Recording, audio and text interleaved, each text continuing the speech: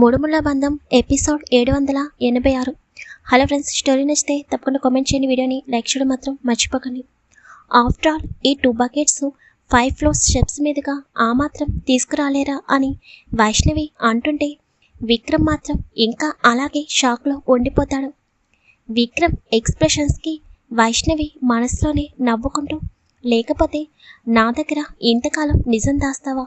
నువ్వు ఎప్పుడో నిజం చెప్పుంటే ఈ పాటికి మనకి ఈ ఎడబాటు ఉండేది కాదు కదా అని వైష్ణవి విక్రమ్ వైపు చూస్తూ, హలో మిస్టర్, ఏమైంది అలా స్టాచ్యూలాగా ఉండిపోయారు అని అనగానే విక్రమ్ నార్మల్ అయ్యి, సరే మేడం, ఒకసారి ఏ పైనైనా ఒప్పుకుంటే ఈ విక్రమాదిత్య ఎప్పుడు కూడా వెనకడుగు వెయ్యడు. ఇప్పుడేంటి, ఈ 2 బకెట్స్ స్టెప్స్ మీదుగా టెర్రస్ పైకి తీసుకుని రావాలి, అంతే కదా? ఓకే, డన్ అని అనగానే, ఇంకా ఇక్కడే నుంచున్నారేంటి, పదండి అని అంటుంది వైష్ణవి. హలో మేడం, ఇప్పటికిప్పుడంటే ఎలా కుదురుతుంది? ఒక 5 మినిట్స్ వెయిట్ చేయండి, నాకు చిన్న వర్క్ ఉంది అని అనగానే, సర్లే త్వరగా కంప్లీట్ చేసిరండి, నేను బయట వెయిట్ చేస్తూ ఉంటాను అని చెప్పి వైష్ణవి ఫ్లాట్ నుండి బయటికి వెళ్ళి నుంచుంటుంది. సరిపోయింది, రాక్షసి కావాలని నాతో ఫుట్బాల్ ఆడుకుంటున్నట్టు ఆడుకుంటుంది. ఏం చేస్తాం, తప్పుతుందా? అనవసరంగా క్లయింట్స్తో కాన్ఫరెన్స్ మీటింగ్ని అరేంజ్ చేయించాను. ఈ రాక్షసి వల్ల ఆ మీటింగు క్యాన్సిల్ చేయాల్సి వస్తుంది. దానికన్నా తరుణ్ని చూసుకోమని చెప్తే సరిపోతుంది అని ఇంకా విక్రమ్ వెంటనే తరుణ్కి కాల్ చేసి మీటింగ్లో మాట్లాడాల్సిన డీటెయిల్స్ మెయిల్ పంపిస్తున్నానని, వాళ్ళకి ఆ డీటెయిల్స్ ఎక్స్ప్లెయిన్ చేయమని చెప్పి ఇంకా ల్యాప్టాప్ ఆఫ్ చేసి 2 బకెట్స్ తీసుకుని ఫ్లాట్ బయటికి వెళ్తాడు. వైష్ణవి విక్రమ్ వైపు చూస్తూ, ఏంటి ఇంత లేట్ అని అనగానే, అయ్యో మేడం, ఇంకా ల్యాప్టాప్ కూడా క్లోజ్ చేయొద్దా? సరే పదండి అని చెప్పగానే ఇంకా వైష్ణవి విక్రమ్ ఇద్దరు కూడా స్టెప్స్ దగ్గరికి నడుచుకుంటూ వెళ్తారు. అక్కడ నుండి వైష్ణవి ముందుకి వెళ్ళిపోతుంటే, హలో మేడం, ఏంటి అటు వెళ్తున్నారు అని విక్రమ్ అర్థం కాక అడుగుతుంటే, అవును, మిమ్మల్ని స్టెప్స్ ఎక్కి రమ్మన్నాను, కానీ నేను స్టెప్స్ ఎక్కి టెర్రస్ పైకి వస్తానని చెప్పలేదు కదా. నేను లిఫ్ట్లో వస్తాను, మీరు స్టెప్స్ ఎక్కి మాత్రమే రావాలి అని చెప్పి వైష్ణవి అక్కడ నుండి లిఫ్ట్లోకి వెళ్ళిపోతుంది. అమ్మ రాక్షసి నాతో వస్తుంది అని అనుకుంటే లాస్ట్లో గట్టిగా హ్యాండ్ ఇచ్చింది కదా. నీ పని ఇప్పుడు కాదు, నాపై కోపం పోయిన తర్వాత విక్కీ అని వస్తావు కదా, అప్పుడు చెప్తాను నీ పని అని విక్రమ్ అనుకుంటూ తన చేతిలో ఉన్న 2 బకెట్స్ చూసి, అసలు నా కోసమే ఏరికోరి మరి పెద్ద పెద్ద బకెట్స్ని తీసుకొచ్చినట్టుంది. అసలు నీ బట్టలు ఎలా వచ్చాయో ఏంటో అని విక్రమ్ నెమ్మదిగా 2 బకెట్స్ని పట్టుకుని స్టెప్స్ ఎక్కుతూ ఉంటాడు. అలా విక్రమ్ 2 ఫ్లోర్స్ ఎక్కేసరికి అక్కడ వైష్ణవి కనిపిస్తుంది. వైష్ణవిని చూసి విక్రమ్, అదేంటి మేడం, ఇంకా టెర్రస్ రాలేదు కదా, మనసు మార్చుకున్నారా ఏంటి నాతో రావడానికి అని విక్రమ్ నవ్వుతూ అంటుంటే, అంత సీన్ లేదు, మీరు స్టెప్స్ ఎక్కి వస్తున్నారో లేకపోతే నేను టెర్రస్ పైకి వెళ్ళిపోయాను అనుకుని లిఫ్ట్లో వస్తున్నారో ఎవరికి తెలుసు, అందుకే మీరు ఎలా వస్తున్నారా అని వెయిట్ చేస్తున్నాను. పర్వాలేదు, స్టెప్స్ ఎక్కి వస్తున్నారు అని అనగానే వైష్ణవి మాటలకి విక్రమ్ కొంచెం ఆశ్చర్యంగా వైష్ణవి వైపు చూస్తూ, వైష్ణవ్, అసలు ఇంతలా ఎప్పుడు తయారయ్యావే తల్లి, మరీ నాతో ఆడేసుకుంటున్నావుగా అని అనగానే, హలో మిస్టర్, ఏంటి ఏదో సొంత పెళ్ళాన్ని పిలిచినట్టు వైష్ణవి అని అంటున్నావు?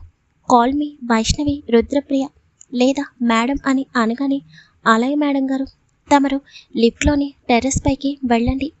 ఈ విక్రమాదిత్య ఒకసారి మాట ఇచ్చాడంటే అసలు తప్పడు, నాకు లిఫ్ట్లో రావాల్సిన అవసరం లేదు అని చెప్పగానే, గుడ్, సరే నేను ఇంకా వెళ్తున్నాను, మీరిచ్చిన మాటపై నమ్మకంతో వెళ్తున్నాను కాబట్టి నన్ను చీట్ చేయకుండా స్టెప్స్ ఎక్కి టెర్రస్ పైకి వచ్చేసేయండి అని చెప్పి వైష్ణవి ఇంకా లిఫ్ట్లో అక్కడి నుండి టెర్రస్ పైకి వెళ్ళిపోతుంది.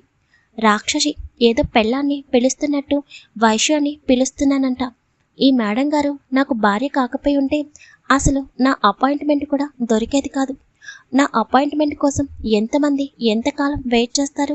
అలాంటిది ఈ రాక్షసి నన్ను రవ్వలో పప్పులు సెపరేట్ చేయడం, ఇలా బకెట్స్ని మోయించడం చేస్తుంది. ఇంకా ఎన్ని చేపిస్తుందో నా చేత. ఎంత అనుమానం! వామ్మో, ఈ రాక్షసి ఇలా తయారైందేంటి?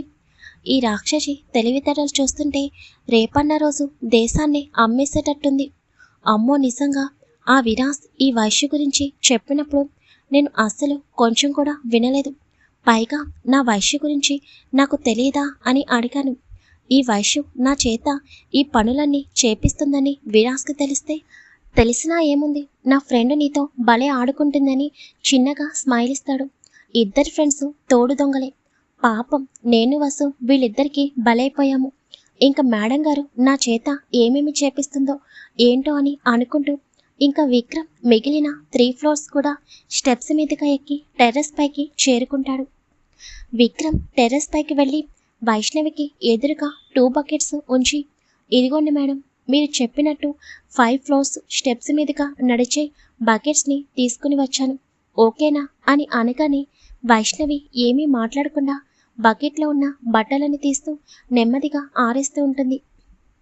విక్రమ్ అక్కడే గోడకి నిలబడి హ్యాండ్స్ ఫోల్డ్ చేసుకుని వైష్ణవిని చూస్తూ ఉంటాడు.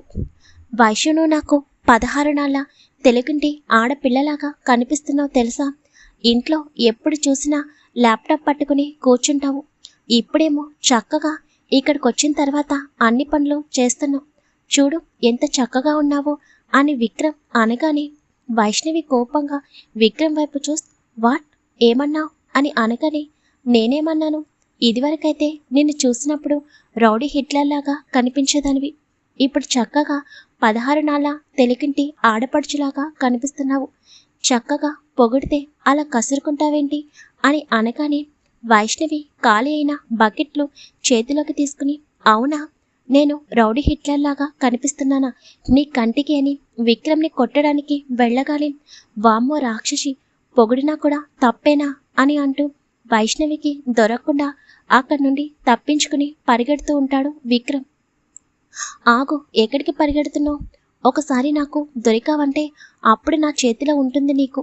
నేనేమన్నా మీ ఇంట్లో మెయిడ్స్ని పెట్టమని చెప్పానా? నువ్వే ఇల్లంతా పనిచేసే వాళ్ళని పెట్టి ఇంట్లో ఏ పని చెయ్యనివ్వకుండా నన్ను కూర్చోబెడితే దానికి నన్నేం చేయమంటావు? నేను ఇంట్లో పని చేయనని చెప్పానా? ఎక్కడ చూసినా అటు ఇటు మనుషులు తిరుగుతూనే ఉంటారు, ఎక్కడ చూసినా పని వాళ్ళు ఉంటూనే ఉంటారు. ఇంక నన్ను ఎక్కడ పని చేయనిచ్చావు అని వైష్ణవి కోపంగా అంటూ విక్రమ్ని కొట్టడానికి విక్రమ్ వెనకాలే పరిగెడుతూ ఉంటుంది. అమ్మ బాబాయ్ రాక్షసి, నువ్వెక్కడ కష్టపడతావేమోనని నేనలా పని వాళ్ళని పెడితే అది కూడా నా తప్పేనా అని విక్రమ్ అంటుంటే, మరి ఇప్పుడెందుకు నేను 16 నాళ్ళ ఆడపడుచులాగా ఉన్నానని, మీ ఇంటి దగ్గర ఉన్నప్పుడు రౌడీ హిట్లర్లాగా ఉన్నానని అంటావేంటి అని వైష్ణవి విక్రమ్ వెనకాల పరిగెడుతుంటే, బుద్ధి తక్కువై అన్నాను. ఇంకెప్పుడు అలాంటి మాటలు మాట్లాడను. నువ్వు మొదటి నుండి మహాలక్ష్మిలాగా ఉంటావు, ఇది మాత్రం నిజం, ప్లీజ్ ప్రామిస్ రా అని విక్రమ్ ఆగి వైష్ణవి చేతిలో ఉన్న బకెట్ లాగి పక్కన పెట్టేసి వైష్ణవి చుట్టూ చేతులను వేసి ఒక్కసారిగా వైష్ణవిని దగ్గరికి లాక్కుంటాడు. వైష్ణవి పాపం కోపంలో విక్రమ్కి తనకి మధ్య జరిగిన గొడవని మర్చిపోయింది. పాపం విక్రమ్కి ఎన్ని తిప్పలొచ్చాయో, ఇంకా వైష్ణవి చేతిలో ముందు ముందు ఎన్ని తిప్పలు పడతాడో ఏంటో. హలో ఫ్రెండ్స్, స్టోరీ అంతా తప్పకుండా కామెంట్ చేయండి, వీడియో లైక్ చేయడం మాత్రం మర్చిపోకండి. Thank you very much.